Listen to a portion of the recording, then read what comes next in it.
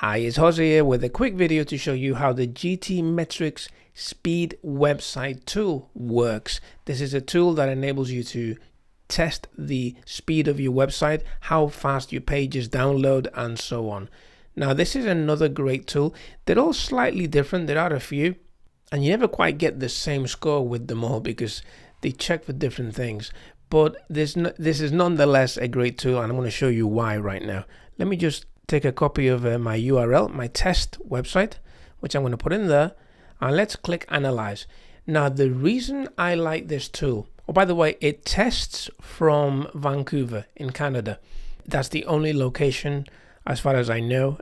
Maybe if you log in or you sign up, you get different locations. I don't actually know that. I only use the free version, which is what you see right here, and I'll put a link to that under the video. But as I say, this tests only from Vancouver, and my website is hosted in the UK with a UK host, and it's not being served globally through something like Cloudflare. So obviously somebody in Canada is going to experience a slightly longer loading time than somebody who's closer to, let's say, London. Okay, so here are the results. The fully loaded time is 2.3 seconds, which is not bad. The page speed score is a grade B, 82%. The Y slow score is B as well, B grade, 83%. This shows you the total page size and the number of requests. As I said, this is a test website. It's a pretty light website. It has some big images on the page, which I deliberately put there to create a bit of weight, just to be able to throw something at the test. Under your performance scores, you have a detailed breakdown of what's working good and what isn't. For example, you can see here that most of it is a grade A.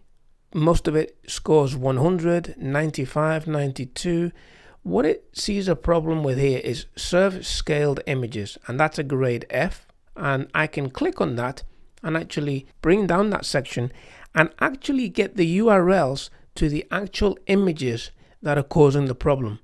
So I can actually click on each of these URLs, go to those images, download them to my desktop, open them up in a graphic editor, and save them as web images. I could then upload them to my website. I could then run a tool like WP Smush to remove all the metadata from that image, and that would make a huge difference. But the point here is that without a speed test tool like this, you can only guess sometimes at what it is that's causing a bottleneck on that page download time. With this, you run your website through, you run a test, and you can identify what the problems are, and then you can address them one by one. You also get a waterfall here, which actually shows you split second by, well, millisecond by millisecond, what is actually going on when somebody types your URL, when somebody visits that page, and the browser has to fetch all the information and download it. This shows you what goes on, and you can click on the plus on any of those items to actually see the data that's being dealt with at any one point, which is tremendous information. So yeah, it's a great tool, and is one that I always use when I'm working on a website. Oh yeah, the point that I was going to make is that you can quickly see what the issues are, and let's say in this case that with the images, I could fix these images and add them, and then just click retest when you're ready. When you make a change on your website, just click retest and then see whether that change has helped the performance or has made it worse. And then you can always roll back if you've made things worse. Okay, so I hope you enjoyed this. I'm going to put a link to this tool in the description under this video. So yeah, go test your website.